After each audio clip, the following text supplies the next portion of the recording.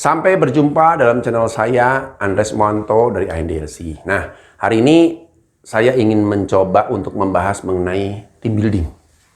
Kenapa ini menjadi isu yang besar? Kenapa banyak perusahaan sekarang mulai mencari di internet, ya sumber-sumber mereka, gimana sih team building ini dalam masa pandemik ini tetap bisa dilakukan? Ya, seperti kita ketahui ya, kalau kita bicara team building secara konvensional, kita kumpul di satu tempat, mempersiapkan permainan, lalu kita bisa berinteraksi bersama dengan berbagai macam permainan.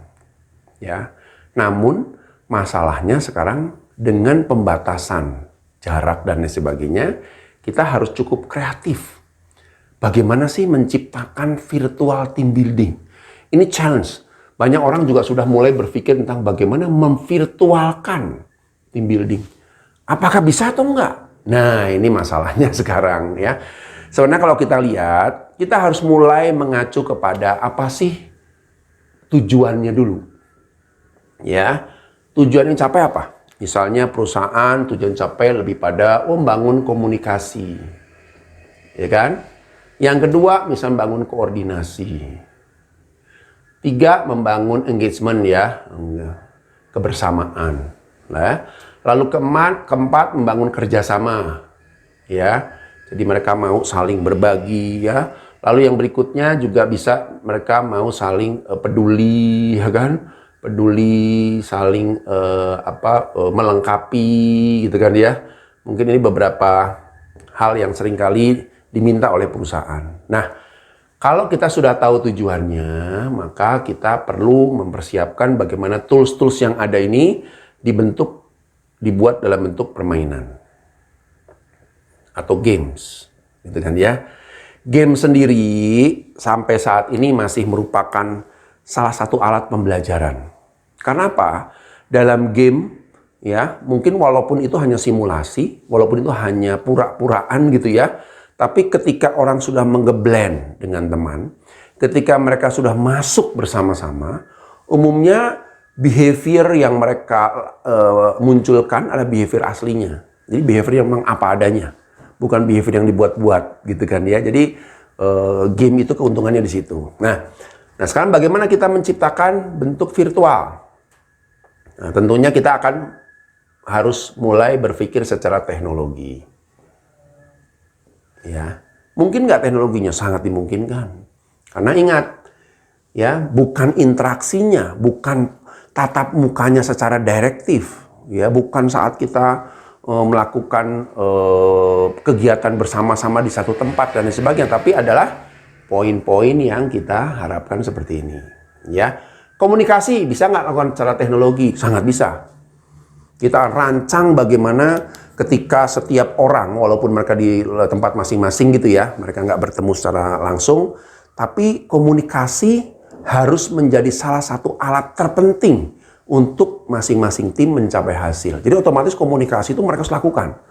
Akan terlihat, tergambarkan gitu ya, dan bisa tercatat dengan baik dalam komputer kita masing-masing ya. Siapa-siapa yang punya kemampuan komunikasi yang bagus, bahkan orang-orang yang spesifik seorang leader ya, lalu orang-orang yang dalam komunikasi mereka masih kurang dan lain sebagainya. Semua terlihat ya. Jadi komunikasi bisa dilakukan secara virtual. Lalu yang kedua, koordinasi. Bagaimana dengan koordinasi? Nah, virtual team building, ya ada satu virtual team building yang namanya scavenger hunt, gitu ya. Untuk bisa menyelesaikan, menemukan berbagai macam hal, mereka harus berkoordinasi dengan baik satu dengan yang lain. Ya, contoh di situ dalam tight yang terbatas gitu ya. Mereka misalnya harus menyelesaikan 100 misi, 100 aktivitas yang dilakukan oleh taruhlah 10 atau 15 orang. Nah, kalau mereka nggak saling koordinasi, saling ngobrol, saling bagi tugas dan lain sebagainya, rasanya impossible menyelesaikan 100 tugas dengan tepat. Karena kalau tugas itu salah, mereka harus kembali mengulang kembali dan lain sebagainya. Jadi koordinasi sangat penting. Nah, artinya apa? Dalam koordinasi pun bisa dilakukan secara teknologi, yaitu virtual. Yang ketiga, engagement. Ya, bagaimana dengan engagement? Jadi engagement itu kan kebersamaan, keterlibatan.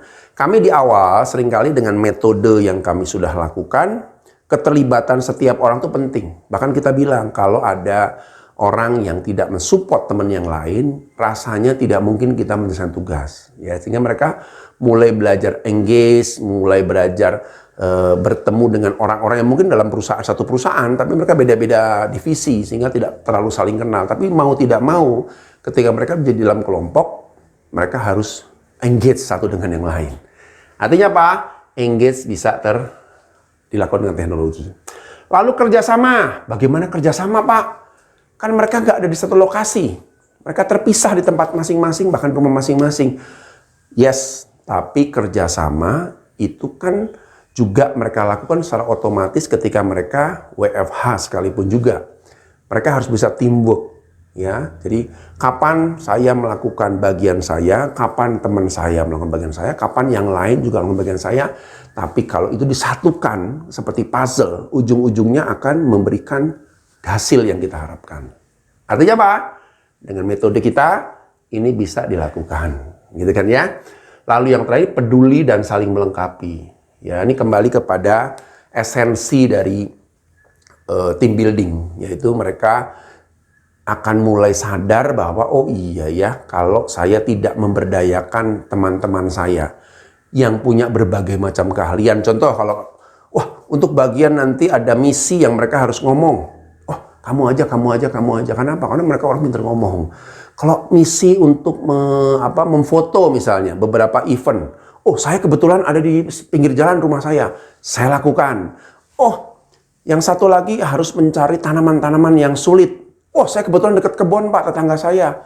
Nah, jadi semua orang terlibat penuh ya untuk bisa menyelesaikan 100 misi dengan batasan waktu yang luar biasa ya. Kita hanya punya waktu 55 menit sampai 60 menit. Dan mereka selesai. Itu luar biasa sekali. Di situ mereka bisa sampai tidak lagi merasa terpisah karena benar-benar ngandelin orang.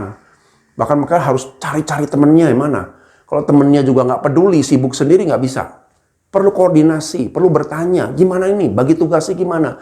Mungkin di antara mereka nanti pecah jadi grup-grup kecil lagi, lalu gabung ke grup besar lagi. Dan itu membuat suasana hidup. Ya. Jadi kurang lebih gambaran seperti itu. Kalau saya ditanya apakah bisa, kami sudah melakukan di banyak perusahaan. Gitu kan ya. Dan dengan tingkat efektivitas yang menurut saya di atas 80%. Artinya semua orang puas, hasil akhirnya bisa memenuhi apa yang diharapkan oleh perusahaan. Khususnya bagaimana menciptakan team building. Karena sekarang di masa pandemik seperti ini, orang sudah mulai menjadi kebiasaan bekerja sendiri-sendiri. Ya, ada satu sindroma autis. Ya, orang menjadi autis, menyempit dan lain sebagainya karena jarak. Tapi minimal dengan team building virtual ini kita menyatukan kembali, mengingatkan kembali bahwa mereka bekerja satu dengan yang lain dan tidak bisa terpisahkan. Saya Andres Sumanto dari ADLC.